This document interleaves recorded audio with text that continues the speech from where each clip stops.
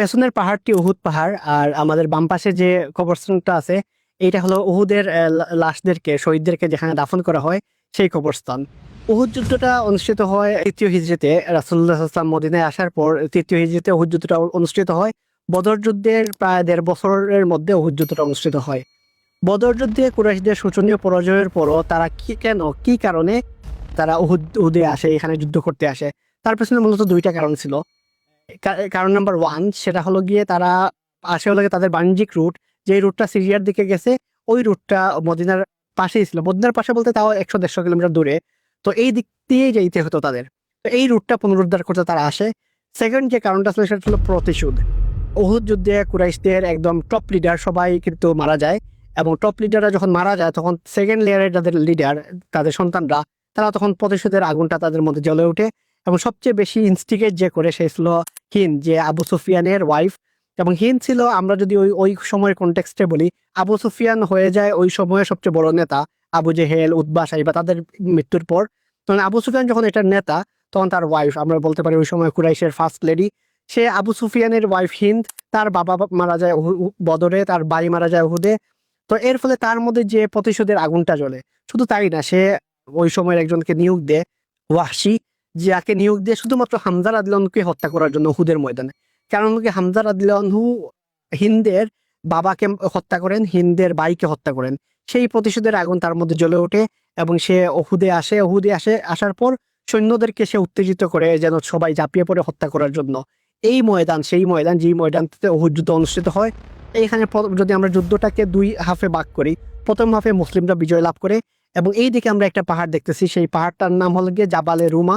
এই পাহাড়ে আল্লাহ রাসূল সাল্লাল্লাহু আলাইহি ওয়াসাল্লাম 50 জন সৈন্য নিয়োগ দেন, 50 জন তীরন্দাজ নিয়োগ দেন, আমাদের সময় কনটেক্সটে বলতে হবে স্নাইপার্স। এরকম 50 জন তীরন্দাজকে নিয়োগ দেন, যাদেরকে বলেন কোনো কারণেই যেন তারা এইখান থেকে চলে না আসে। কারণ তারা যদি এই দিক থেকে চলে আসে তাহলে পেছনের দিকটা অরক্ষিত থাকবে। আমরা যদি এই দিকটা দেখি, এই দিকটা লোকে পাহাড়, এখান থেকে সৈন্যরা যে ইজিলি আসতে পারবে না। কিন্তু এইখানের যে জায়গাটা, সেই পাহাড়টা এমন একটা জায়গা যেখানে তীরন্দাজরা যদি থাকে ওই পেছন দিক দিয়ে সৈন্যরা আসতে পারবে না। যখন প্রথম হাফে মুসলিমরা বিজয় লাভ করে, সেকেন্ড হাফে দেখা যায় যখন খালিদ ইবনে ওয়ালিদ, উনি কিন্তু তখন অমুসলিম ছিলেন, কাফিরদের সাথেই ছিলেন। উনি কিন্তু যখন দেখতে পান এই জায়গাটা অরক্ষিত, অর্থাৎ আল্লাহ রাসূল সাল্লাল্লাহু আলাইহি ওয়াসাল্লাম যে নির্দেশটা দেন সেই নির্দেশটা অমান্য করার ফলে সাহাবীরা যখন নিচে নেমে আসেন, সেই নিচে নেমে আসার পর উহুদের যে বিপর্যয়টা ঘটে, রাসূলুল্লাহ সাল্লাল্লাহু আলাইহি ওয়াসাল্লাম যে শাহাদাত বরণ করে এরকম একটা গুজব রটে, সেটা আসলে উহুদের সেকেন্ড হাফে যখন এই তীরন্দাজ বাহিনী, এই 50 জন সদস্য তারা এখান থেকে নেমে আসে, তখন কিন্তু খালিদ বিন ওয়ালিদ পেছন থেকে অ্যাটাক করেন। এই অ্যাটাকের ফলে মুসলিম বাহিনী চারিদিকে ছড়িয়ে পড়ে এবং তারা আসলে খুঁজে পাচ্ছে না কোন দিকে যাবে, এইরকম একটা মোমেন্টাম তৈরি হয়।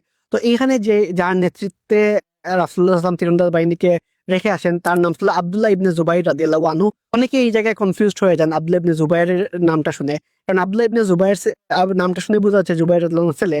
আর মদিনায় যে জন্মগ্রহণ করেন যে সাহাবী, ওনার নাম ছিল আব্দুল্লাহ ইবনে জুবাইর। তার মানে আমরা অনেকেই ধরেই নেন মুহাজ্জির সাহাবীদের মধ্যে সর্বপ্রথম যিনি মদিনায় জন্মগ্রহণ করেন সেই আব্দুল্লাহ ইবনে জুবাইর কিনা এই উহুদের নেতৃত্ব দেন। কিন্তু উনি ছিলেন আরেক আব্দুল্লাহ ইবনে জুবাইর রাদিয়াল্লাহু আনহু। আর সেই আব্দুল্লাহ ইবনে জুবাইর, তার বয়স ছিল তখন মাত্র 3 বছর। তিনি তো এখানে নেতৃত্ব দেওয়ার কোনো কথাই না।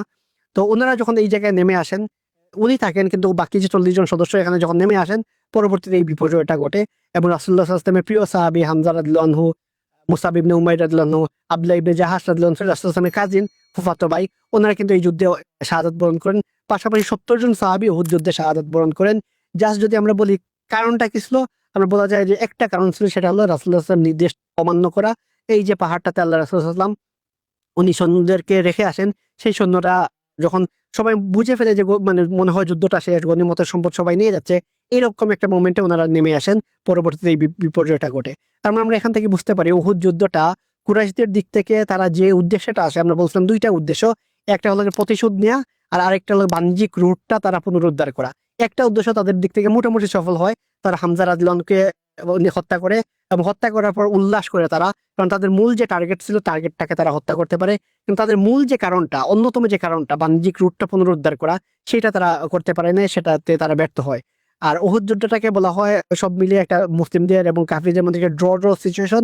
এটাতে আসলে প্রথম হাফে মুসলিমরা বিজয় লাভ করলেও সেকেন্ড হাফে দেখা যায় মুসলিমদের অবস্থা খুবই বিপর্যয় ঘটে।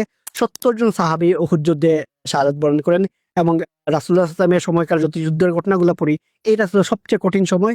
এবং আল্লাহ রাসূল সাল্লাল্লাহু আলাইহি ওয়াসাল্লাম ওনার দাঁত মুবারক শহীদ হয়, উনি রক্তাক্ত হন, সাহাবীরা আল্লাহ রাসূল সাল্লাল্লাহু আলাইহি ওয়াসাল্লামকে এইরকম কখনো রক্তাক্ত হতে দেখেন নাই।